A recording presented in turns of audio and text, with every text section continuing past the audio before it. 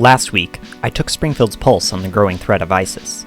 The responses were so intriguing, I decided to venture back downtown to once again hear Springfield's take on the issues that matter. This week, the growing debt crisis in America. The national debt right now is actually higher than the national GDP. What kind of implications do you think that'll have on our country? I think the first implication is that it's going to deteriorate the job base, and that's the beginning of even worse problems. I think debt will just keep climbing. I don't think it'll ever go down, really, unless we actually do something about it. I think right now we're just climbing deeper and deeper into debt, and no one's really doing anything that'll actually change that. There is no doubt that action needs to be taken, and taken quickly. But the debt crisis is not just limited to national debt. According to the Institute for College Access and Success, the population of Americans who hold student loans is actually larger than the entire population of Canada, Poland, Australia, and more than 200 other countries.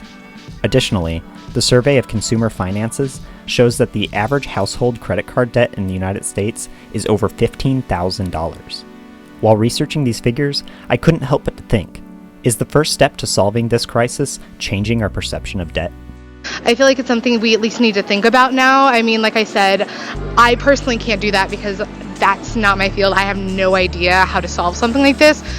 They need to realize that, hey, you can't get away with giving banks 0% interest on their loans and give people that are living and breathing 40% on their loans or 20% on their loans. I have to do 20, I'm doing 20 years and over $25,000 worth of debt. So it's just like nothing makes sense. I noticed a trend of jadedness among the student population. It almost seemed that rather than being shocked by the debt crisis, they were numb to the increasing debt and decreasing wages. And why wouldn't they be? Today's college freshmen have spent a third of their lives in a post-recession world. At this point, I began to wonder what role political leadership played in the crisis. So, I turned to an expert to ask about this seemingly never-ending cycle of debt. National debt's especially difficult because when you're in a recession, you take in less tax money, and then you have to spend more money on social programs, for food assistance, for job assistance. People collect more in government benefits. It's going to be a hard thing to explain to people on the, when you're campaigning, because it's a kind of a complex issue. In fact, it is such a complex issue that during my short adventure through downtown Springfield, it was not unusual for me to hear some pretty radical-sounding ideas. Every man deserves to earn. I think nothing should cost any money. To abolish the money. Well, it's just going to be harder and harder to have jobs, and that's why they got the Ebola over here. They're going to take care of the population and kill us all off. This is part of what makes Springfield so fascinating. Starting the conversation encouraged a diverse discussion about the nature of debt.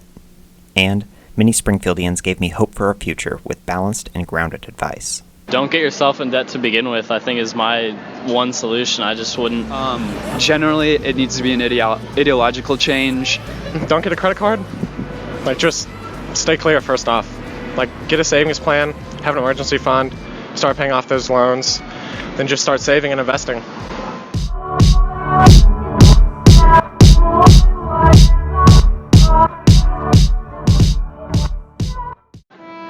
You know what it's going to be. A catastrophe. Keep investigating it. And talking about it, because raising people's awareness, people that are in the situation that you're in, where you know you're going to have that debt. A lot of people don't understand that. So it's an education process too. So keep doing what you're doing. Well,